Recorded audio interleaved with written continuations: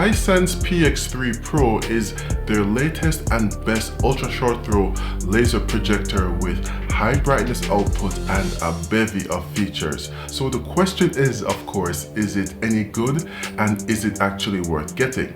Well, this is the review. Stick around. Hey guys, it's the Villain here, home theater enthusiast and lover of all things tech.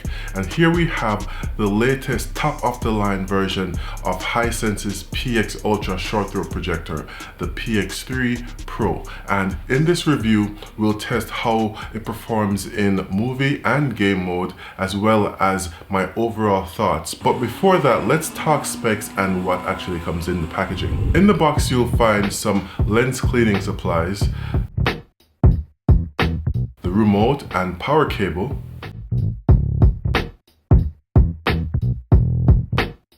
the manual, gloves for handling the projector, and finally the projector itself that fits snug in its styrofoam roll cage.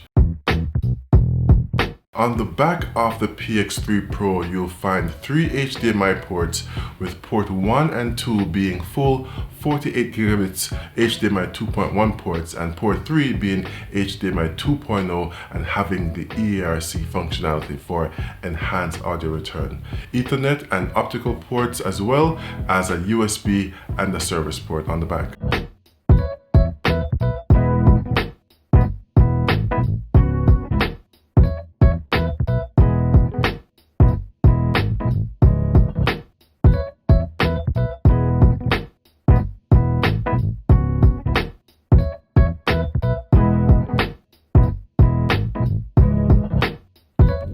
PX3 Pro is a bright projector with an RGB triple laser light source that produces 3000 ANSI lumens, capable of displaying from a relatively tiny 80 inches all the way up to 150 inches. It supports all the HDR formats, including HDR10, HDR10+, Dolby Vision, and HLG hybrid log gamma, with a native contrast ratio of 3000:1. It supports 110% of the BT 2020 color space and 150% of the P3 color space. It runs Google TV OS, and a lot of people will also be happy to know that the projector supports Active 3D. I paired the projector with a 100-inch Vivid Storm ambient light projecting screen and connected it to a Panasonic UB820 Blu-ray player for 4K video testing, the Villa Consola and Xbox Series X for gaming, as well as the built-in apps for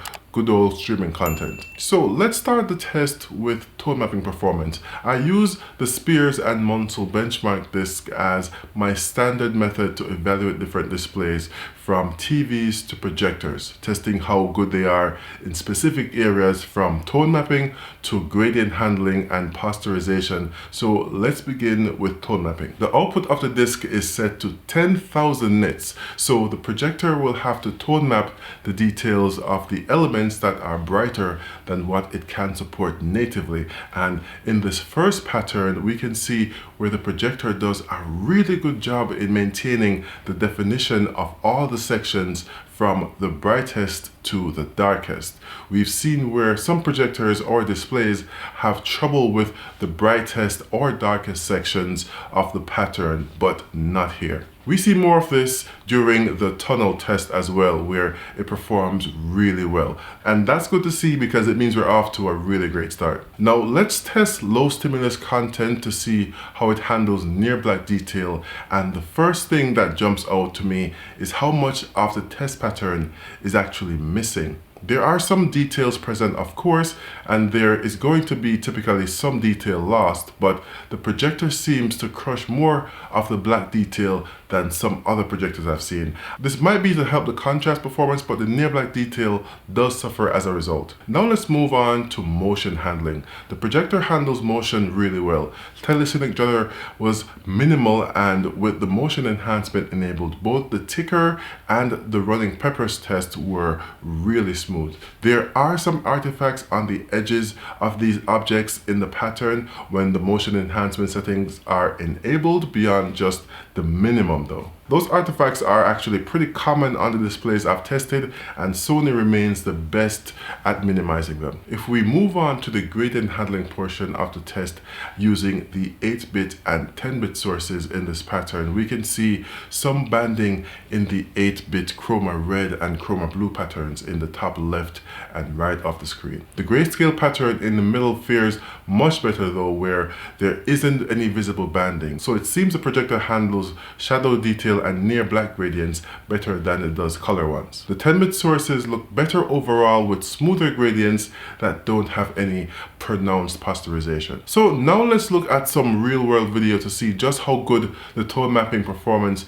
actually is, as well as the gradient handling. And in this test, the disc gives us the option to play back the video mastered in various HDR standards, as well as different brightness levels, including 600, 1000, all the way up to 10,000 nits. So for this test, we'll be using the 1000 and 10,000 nit mastered scenes and comparing them to see how the projector handles content mastered with really high brightness. The scene with the horses is one of the most telling in this respect. Here we can see where the 10,000 nit content doesn't have quite as much detail as the 1000 nit version, where some detail is blown out and lost since the scene has such a high picture level. The background just isn't quite as detailed in the 10,000 nit source as it is in the 1000 nit one. And keep in mind that these are the exact same content, just different brightness levels. When mastered exactly the same, I found that displays typically resolve the details of Dolby Vision mastered content more accurately than they do for HDR10 mastered content at the same brightness levels. And here we can see that although the PX3-Pro handles tone mapping the HDR10 video very well when compared to the one mastered in Dolby Vision, it still has details lost in the higher brightness areas in scenes with high picture level, like the scene with the horses again, where there's more details of the trees in the background that's visible. Still, the PX3-Pro does really well here. It tone maps better than even the Sony Bravia 9 projector in this instant that I've seen personally, which is saying something. We see the best example of this when we compare the 1000 nit mastered scene to the 10,000 nit one. Displays typically have an easier time tone mapping content mastered at lower brightness levels, but here we see where the PX3-Pro handles the 10,000 nit content very well, especially compared to the one mastered in 1000 nit. So in tone mapping, the PX3-Pro is an excellent standout performer. So what about upscaling lower res content? Well, testing the projector using lower res streaming content, the upscaling was actually on the better side. There are some visible artifacts, especially at 100 inches or larger, but it wasn't egregious. It's more or less what you'd expect, and I'd say it's better than average and doesn't perform any miracles,